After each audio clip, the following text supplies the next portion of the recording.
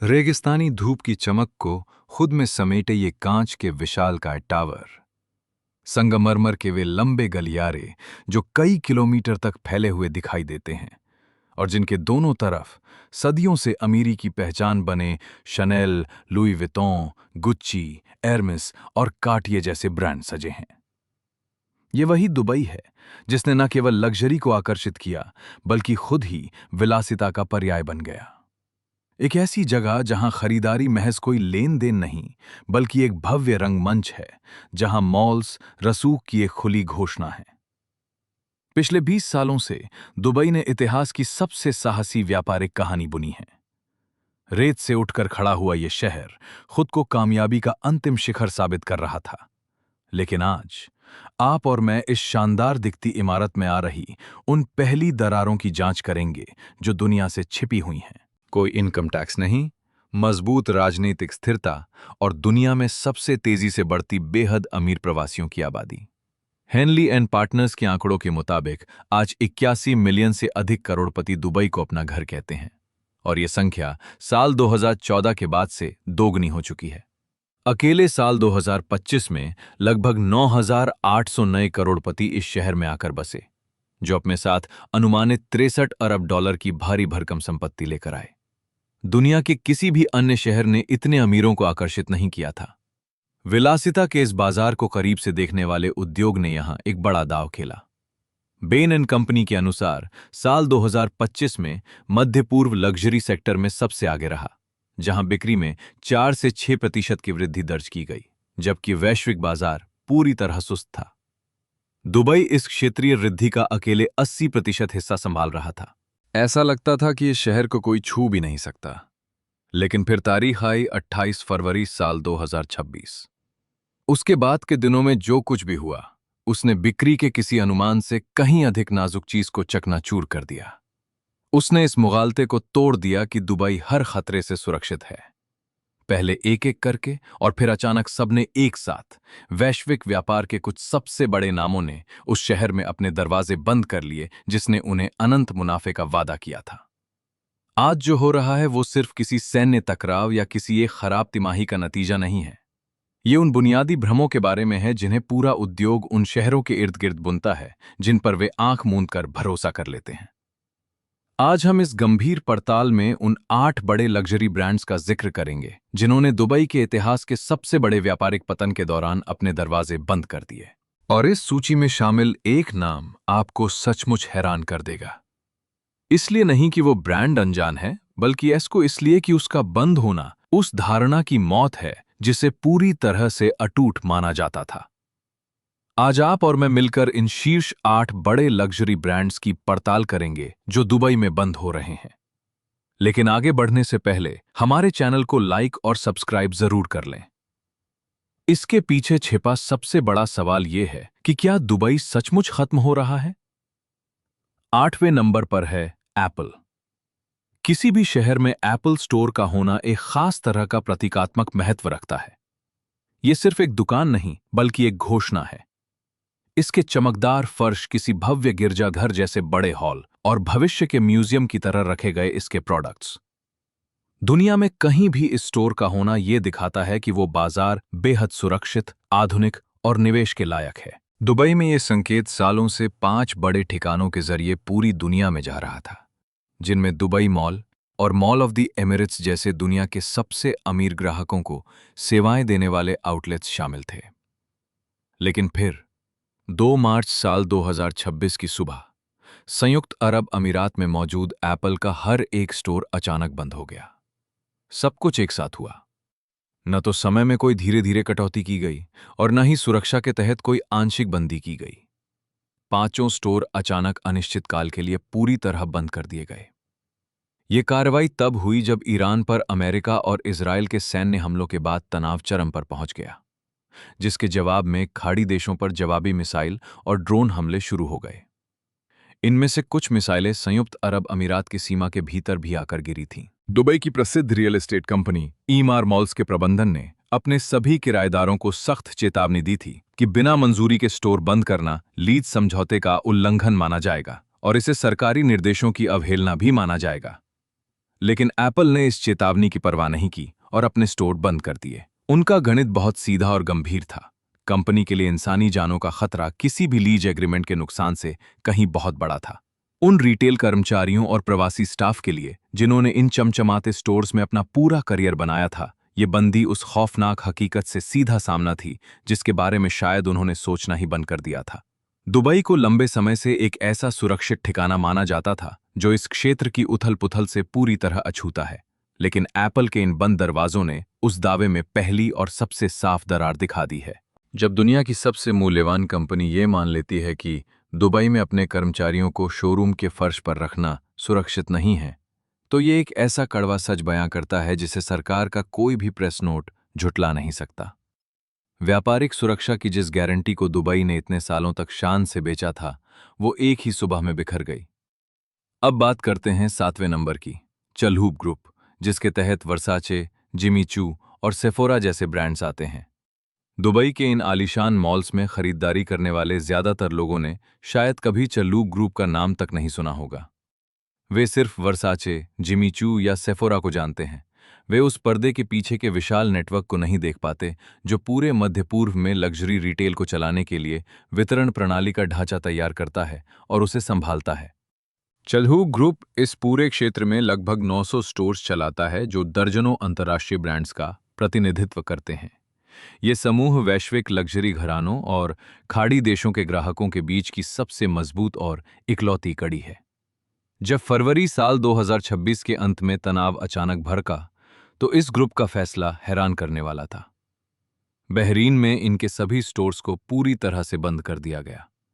संयुक्त अरब अमीरात, सऊदी अरब और जॉर्डन में दुकानें कागजों पर तो खुली थीं, लेकिन कर्मचारियों का आना पूरी तरह से उनकी इच्छा पर छोड़ दिया गया था और काम केवल कुछ वॉलंटियर्स के भरोसे चल रहा था। कंपनी के बड़े अधिकारियों ने खुद ग्राउंड पर जाकर स्थिति का जायजा लिया, जिससे ये साफ हो गया कि हालात कितने गंभीर थे। इसका असर बहुत जल्द ही चारों तरफ फैल गया।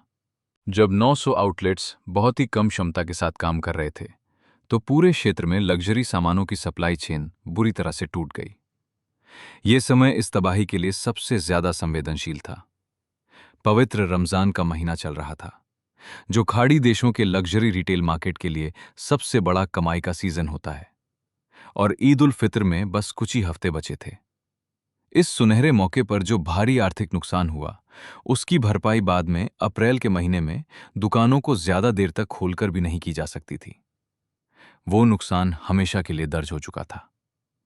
चल्लूब ग्रुप के संकट ने उस बुनियादी कमजोरी को उजागर कर दिया जो दुबई के लग्जरी बाजार के भीतर दबी हुई थी। केवल एक ही बड़ी कंपनी के भरोसे पूरा व्यापार छोड़ने का नतीजा ये हुआ कि कंपनियों ने सुरक्षा और स्थायित्व को दांव पर लगा दिया था। 6ठे नंबर पर है फरारी और सुपर लग्जरी गाड़ियां, जिनमें बेंटली और माजराती भी शामिल हैं। क्या आपने कभी सोचा है कि कैसे ये चमचमाती कारें किसी शहर के खोखले होते सच को छिपा सकती हैं? चलिए, आज आप और मैं मिलकर इस ऑटोमोबाइल सेक्टर की हकीकत को करीब से देखते हैं। दरअसल दुबई के इस बड़े सपने को आलीशान कारों से बेहतर शायद ही कोई दूसरा सेक्टर बयां कर सके। ये शहर दुनिया भर की सबसे महंगी कारों का सबसे बड़ा ठिकाना बन चुका था। यहां का गणित बहुत साफ था। कोई टैक्स ना होना, बेहिसाब पैसा, कारों को रुतबा दिखाने का जरिया मानने वाली संस्कृति, और उन कारों की रफ्तार के लिए बनी चमचमाती चौड़ी सड़कें। फरारी, बेंटली और माजराती जैसी गाड़ियां दुबई के लिए कोई अनोखी चीज नहीं थीं, बल्कि वे तो वहां की सड़कों का आम हिस्सा बन चुकी थीं। बाहर से आने वाला हर नया रईस ग्राहक इन शोरूम्स के लिए बेंटली कॉन्टिनेंटल या फरारी रोमा का एक संभावित खरीदार हुआ करता था। नतीजा ये हुआ कि कारों की डीलरशिप्स तेजी से फैलने लगीं। ये सुपरकार सेक्टर दुबई की अकूत अमीरी का सबसे बड़ा और चमचमाता हुआ चेहरा बन चुका था। लेकिन फिर अचानक फरारी ने मध्य पूर्व के देशों में अपनी सभी कारों की डिलीवरी पर अस्थायी रूप से रोक लगा दी। सुरक्षा कारणों और हवाई क्षेत्र बंद होने से पैदा हुई भारी लॉजिस्टिक्स बाधाओं के चलते बेंटली और मैसेराती ने भी अपनी गाड़ियां भेजना बंद कर दिया। बेंटली के अध्यक्ष फ्रैंक स्टेफन वॉलिसर ने सीधे शब्दों में कहा कि ब्रांड को उत्पादन में कोई समस्या नहीं है, लेकिन मध्य पूर्व के ग्राहकों के पास फिलहाल नई कार खरीदने के बजाय कई दूसरी चिंताएं और प्राथमिकताएं हैं। ये बयान एक बहुत बड़ा सच बयां कर रहा था। वे लोग जिन्हें आलीशान शोरूम्स में जाकर करोड़ों की फरारी खरीदनी थी, वे अब कुछ अलग ही गणित लगाने में व्यस्त थे। वे सोच रहे थे कि क्या उन्हें इस शहर में रुकना चाहिए, क्या उनकी अकूत दौलत सचमुच यहां सुरक्षित है, या फिर दुबई के हमेशा शांत और सुरक्षित रहने के वादे को कुछ ज्यादा ही बढ़ा चढ़ाकर पेश किया गया था। लग्जरी गाड़ियों की डिलीवरी रुकने से यह साफ हो गया कि ये वो बिजनेस है जो पूरी तरह से लोगों के भरोसे और उनकी मानसिक शांति पर टिका होता है। जब दुबई की सुरक्षा पर से भरोसा डगमगाता है तो किसी को भी नई फरारी की जरूरत महसूस नहीं होती। 5वें नंबर पर है रिचमंड ग्रुप का मशहूर ब्रांड कार्टियर। इस पूरे संकट का समय कितना विडंबनापूर्ण था, देखिए। युद्ध छिड़ने के ठीक कुछ ही दिन पहले कार्टियर ने दुबई के काउचर पार्क में अपनी शानदार हाई ज्वेलरी प्रदर्शनी का अनावरण किया था। ये एक ऐसी भव्य और जादुई दुनिया थी जिसने खाड़ी देशों के लिए अमीरी का एक नया पैमाना तय किया था। यहां सिर्फ कीमती सामान नहीं बेचे जा रहे थे, बल्कि लाखों डॉलर के गहनों के इर्द गिर्द अनुभवों का एक पूरा संसार रचा जा रहा था। कार्टियर पूरे भरोसे के साथ उस बाजार में अपना झंडा गाड़ रहा था जिसे वो अपना भविष्य मानता था। लेकिन ये प्रदर्शनी ठीक से शुरू भी नहीं हो पाई थी कि अचानक ताले लटक गए। सारे स्टोर बंद हो गए और स्टाफ को वापस घर भेज दिया गया। दुबई के रईसों की आंखों को चौंधियाने के लिए विशेष रूप से लाए गए वे बेशकीमती हीरे जवाहरात अब बंद तिजोरियों में कैद पड़े थे, जबकि आसमान में उन पर मिसाइलें उड़ रही थीं। 2 मार्च को रिचमंड ग्रुप के शेयर बाजार में 5.7% तक गिर गए, जो उस दिन किसी भी बड़े लग्जरी ग्रुप की सबसे बड़ी गिरावट थी। ये बड़ी गिरावट केवल संयुक्त अरब अमीरात में हुई बिक्री के नुकसान को नहीं दिखा रही थी, बल्कि ये उस गंभीर खतरे की तरफ इशारा कर रही थी जो इस अशांत भौगोलिक क्षेत्र की अनिश्चितता से जुड़ा था। मध्य पूर्व हाल के समय में रिचमंड ग्रुप की कमाई का सबसे बड़ा जरिया बना हुआ था, लेकिन अब रमजान और ईद का वो सबसे बड़ा व्यापारिक सीजन, जो पूरे साल की सबसे अधिक कमाई कराता है, इस तरह बर्बाद हो चुका था कि कोई भी विज्ञापन या स्कीम इसकी भरपाई नहीं कर सकती थी। क्या आप और मैं इस कड़वे सच को समझने के लिए तैयार हैं कि कंपनियों के बड़े और महत्वाकांक्षी बिजनेस प्लान और जमीनी स्तर पर सुरक्षा की हकीकत के बीच कितना बड़ा फासला होता है? एक खोजी पत्रकार के रूप में जब मैं इस पूरे परिदृश्य को देखता हूं, तो सच बिल्कुल साफ हो जाता है। आइए हम और आप मिलकर इस खेल को समझें। रिचमंड ने संघर्ष पूर्व की रणनीति के हिसाब से हर कदम सही उठाया था। भारी निवेश, शानदार इवेंट्स और विस्तार। लेकिन अचानक भर के इस संकट को इन तैयारियों से कोई फर्क नहीं पड़ा। संघर्ष की यही क्रूर उदासीनता शायद हमारी सबसे बड़ी सीख है। अब बात करते हैं चौथे नंबर के ब्रांड प्रादा की। प्रादा का दुबई के साथ रिश्ता इस विश्वास पर टिका था कि इस शहर ने लग्जरी मार्केट की सबसे बड़ी समस्या, यानी ग्राहकों के एक ही जगह सीमित होने का तोड़ निकाल लिया है। बर्नस्टीन की एक रिपोर्ट के अनुसार उनका व्यापार 3 बराबर हिस्सों में बटा था: स्थानीय अमीराती, विदेशों में बसे अमीराती और अंतर्राष्ट्रीय पर्यटक। 3 अलग अलग वर्ग और 3 अलग आर्थिक इंजन। पोर्टफोलियो के नजरिए से देखने पर यह रणनीति बेहद सुरक्षित और लचीली लगती थी, लेकिन साल 2026 की शुरुआत में भर के संघर्ष ने इस भ्रम को तोड़ दिया। इस तथाकथित विविधता के पीछे एक गहरी कमजोरी छिपी हुई थी। ये तीनों ग्राहक वर्ग अंततः एक ही बुनियादी शर्त पर टिके थे कि दुबई सुरक्षित और स्थिर है और यहां खुलकर पैसा खर्च किया जा सकता है। जैसे ही ये विश्वास डगमगाया, वो पूरा विभाजन बेमानी हो गया। हवाई अड्डे बंद होने और अविश्वास बढ़ने से पर्यटकों ने आना बंद कर दिया। यहां तक कि स्थानीय निवासी भी एक ऐसे मनोवैज्ञानिक तनाव से घिर गए जहां लग्जरी सामानों की खरीद फरोख्त करना नामुमकिन लगने लगा। जैसा कि आरबीसी कैपिटल मार्केट्स ने अपनी 2 मार्च की रिपोर्ट में लिखा था, लग्जरी खर्च के लिए जिस मानसिक सुकून और अच्छे माहौल की जरूरत होती है, वो पूरी तरह से खत्म हो चुका था। प्रादा ने पूरे क्षेत्र में चल रही तालाबंदी के तहत दुबई में अपने बुटीक बंद कर दिए। ये कदम उस ब्रांड के लिए एक करारा झटका था जिसने हाल के दिनों में खाड़ी देशों में सबसे आक्रामक तरीके से निवेश किया था। पूरा लग्जरी उद्योग इस भरोसे में जी रहा था कि चीन के बाजार में 2 साल के ठहराव के बाद मध्य पूर्व ही उनके लिए विकास का सबसे ठोस जरिया बनेगा। लेकिन उनका ये भ्रम 28 फरवरी की भयानक हकीकत का सामना करते ही ताश के पत्तों की तरह ढह गया। प्रादा का ये मामला हमें सिखाता है कि किसी भी व्यापारिक सीजन को बर्बाद करने के लिए भू राजनीतिक झटके को किसी दुकान को शारीरिक रूप से नष्ट करने की आवश्यकता नहीं होती। उसे बस उस भरोसे और माहौल को खत्म करना होता है जिसके दम पर लोग ऐसी खूबसूरत और गैर जरूरी चीजों पर पानी की तरह पैसा बहाने के लिए तैयार होते हैं। तीसरे नंबर पर है हर्मेस। विश्लेषक यूं ही इस ब्रांड को वैश्विक लग्जरी की दुनिया में सबसे सुरक्षित किला नहीं मानते। इस ब्रांड ने एक ऐसा अनुशासित और नियंत्रित बिजनेस मॉडल खड़ा किया है जो वास्तविक कमी की रणनीति पर आधारित है। यही वजह है कि जब पूरी दुनिया में संकट के बादल छाते हैं तो ये दूसरों की तुलना में बिल्कुल अलग व्यवहार करता है। जब अन्य ब्रांड बिक्री बढ़ाने के लिए भागदौड़ कर रहे होते हैं, तब हर्मेस अपनी आपूर्ति को सीमित रखता है। जब बाकी कंपनियां मांग बढ़ाने के लिए कीमतों से समझौता करती हैं, तब यह ब्रांड अपनी कीमतों की गरिमा को बेहद कड़ाई से बनाए रखता है। वित्तीय बाजारों में इसे लग्जरी सेक्टर का सबसे सुरक्षित निवेश माना जाता रहा है। और यही वजह है कि जब दुबई में हर्मेस के बुटीक पर ताले लटके तो इसकी धमक पूरी दुनिया में बहुत जोर से महसूस की गई। 28 फरवरी को बड़े तनाव के बाद हर्मेस ने संयुक्त अरब अमीरात में अपने दरवाजे बंद कर दिए। जो बाजार विश्लेषक सालों से इस ब्रांड को हर तरह के संकट से सुरक्षित मान रहे थे, उनके लिए यह फैसला सचमुच हैरान करने वाला था। यह ब्रांड इस क्षेत्र में शानदार प्रदर्शन कर रहा था और इसे उन अति अमीर ग्राहकों का साथ हासिल था जो सैद्धांतिक रूप से आर्थिक चिंताओं से बहुत ऊपर माने जाते हैं। कहा जाता है कि उनके बर्किन बैग को भू राजनीति से कोई सरोकार नहीं है, लेकिन हकीकत ये निकली कि कम से कम इसे खरीदने वाले लोगों को तो इसका बहुत फर्क पड़ता है। संघर्ष शुरू होने के बाद के एक महीने में हर्मेस के शेयर लगभग 20% तक गिर गए। ये गिरावट उन लग्जरी समूहों से भी अधिक थी जिनका मध्य पूर्व के बाजार में व्यापारिक दांव हर्मेस की तुलना में कहीं अधिक बड़ा और गहरा था। बाजार यहां केवल संयुक्त अरब अमीरात में होने वाले नुकसान का आकलन नहीं कर रहा था, बल्कि वो पूरे लग्जरी क्षेत्र में भौगोलिक जोखिम की परिभाषा को नए सिरे से तय कर रहा था। अजीब बात यह थी कि बाजार उस ब्रांड के प्रति बेहद सख्त रवैया अपना रहा था जिस पर उसने सबसे अधिक भरोसा जताया था। हर्मेस का बंद होना इस बात का सबसे बड़ा सबूत है कि किसी ब्रांड की ऐतिहासिक साख भी उसे भौतिक हकीकत से नहीं बचा सकती।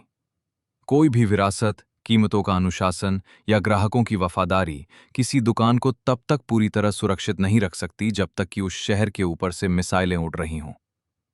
अब बात करते हैं दूसरे नंबर के खिलाड़ी LVMH की, जिसके छत्रछाया में लुई वितों, दियोर, गिवेंची, केंजो और सेफोरा जैसे दिग्गज आते हैं। LVMH का दुबई से पीछे हटना क्या मायने रखता है, इसे समझने के लिए हमें उस विशाल दांव को देखना होगा जो इस समूह ने इस क्षेत्र पर लगाया था। साल 2025 में LVMH के कुल राजस्व का 14% हिस्सा इसी मध्य पूर्व के क्षेत्र से आ रहा था। इस बाजार को समूह की मुख्य वित्तीय अधिकारी सेसील कैबानिस ने जनवरी 2026 में भारी वृद्धि दिखाने वाला क्षेत्र बताया था। समूह ने अपने इस भरोसे को सच साबित करने के लिए बड़ी पूंजी भी लगाई थी।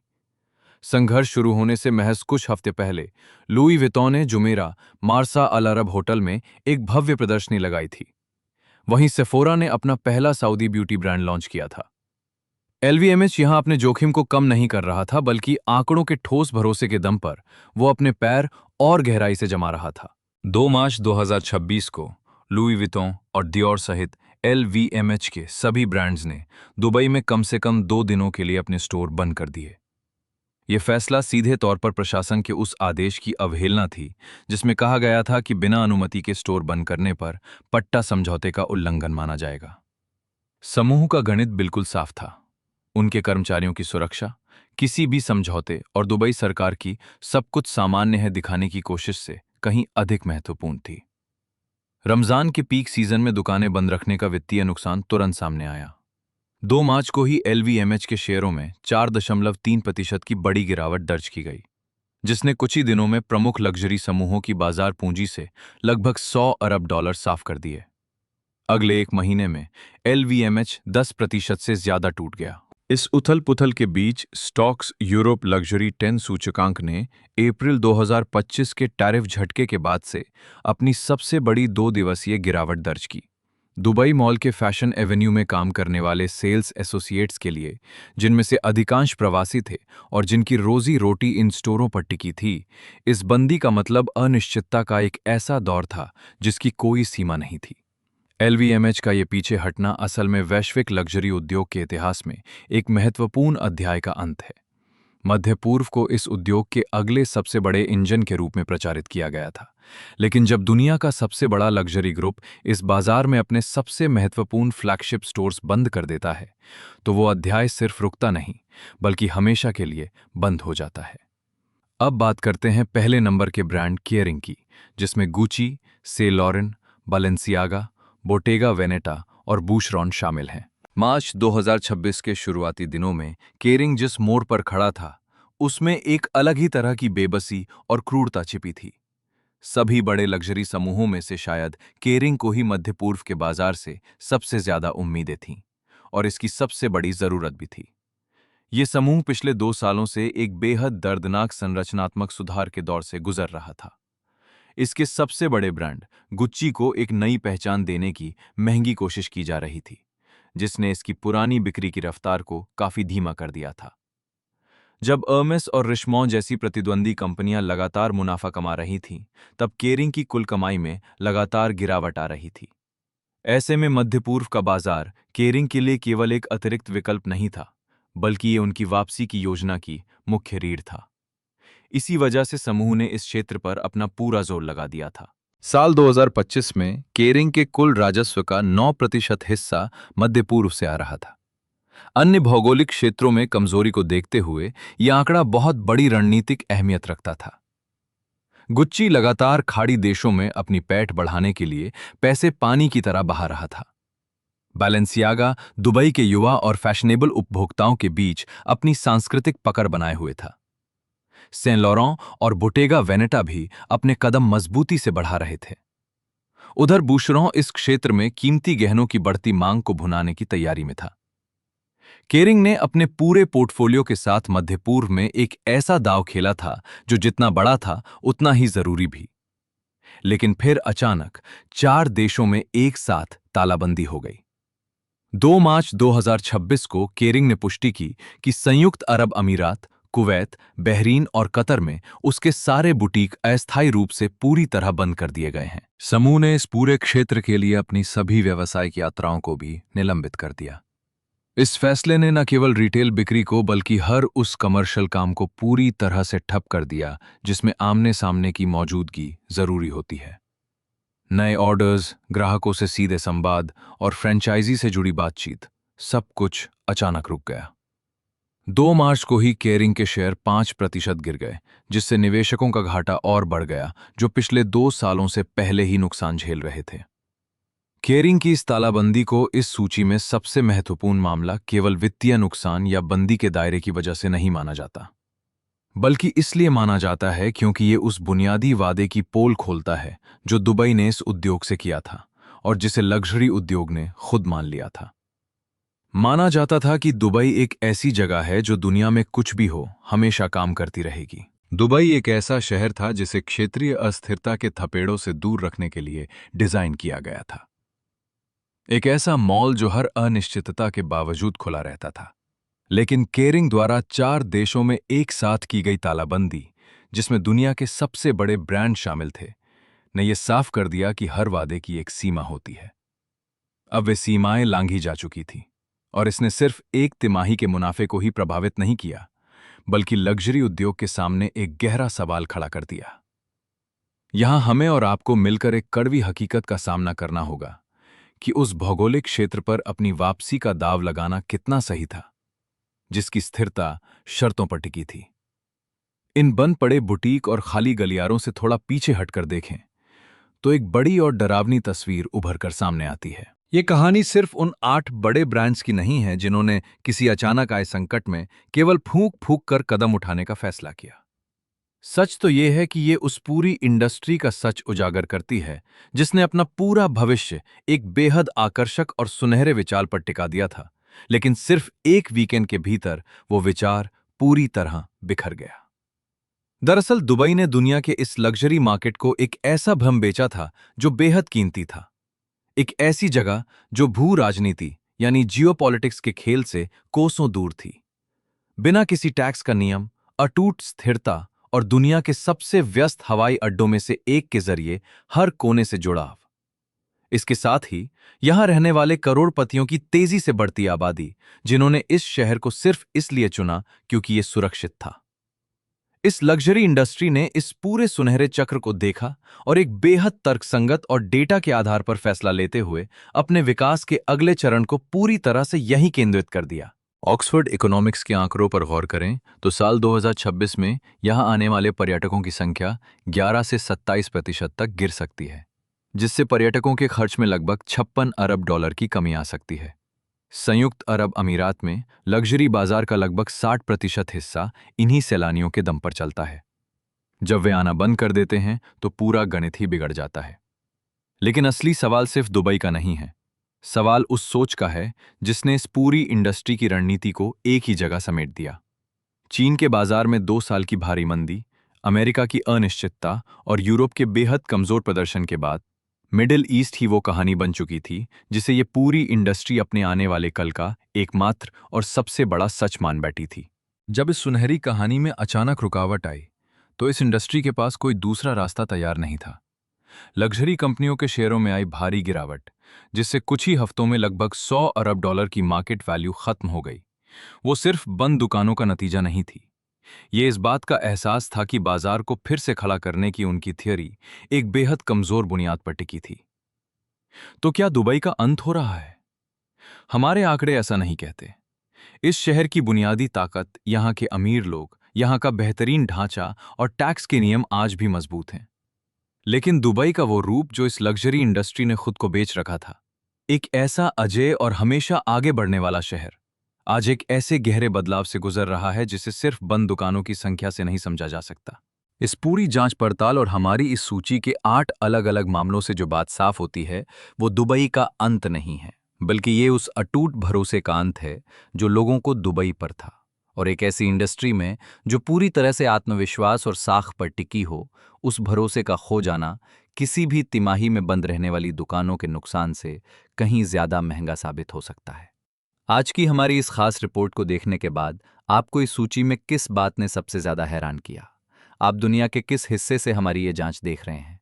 अपने विचार नीचे कमेंट बॉक्स में हमारे साथ जरूर साझा करें ताकि हम इस बहस को और आगे बढ़ा सकें।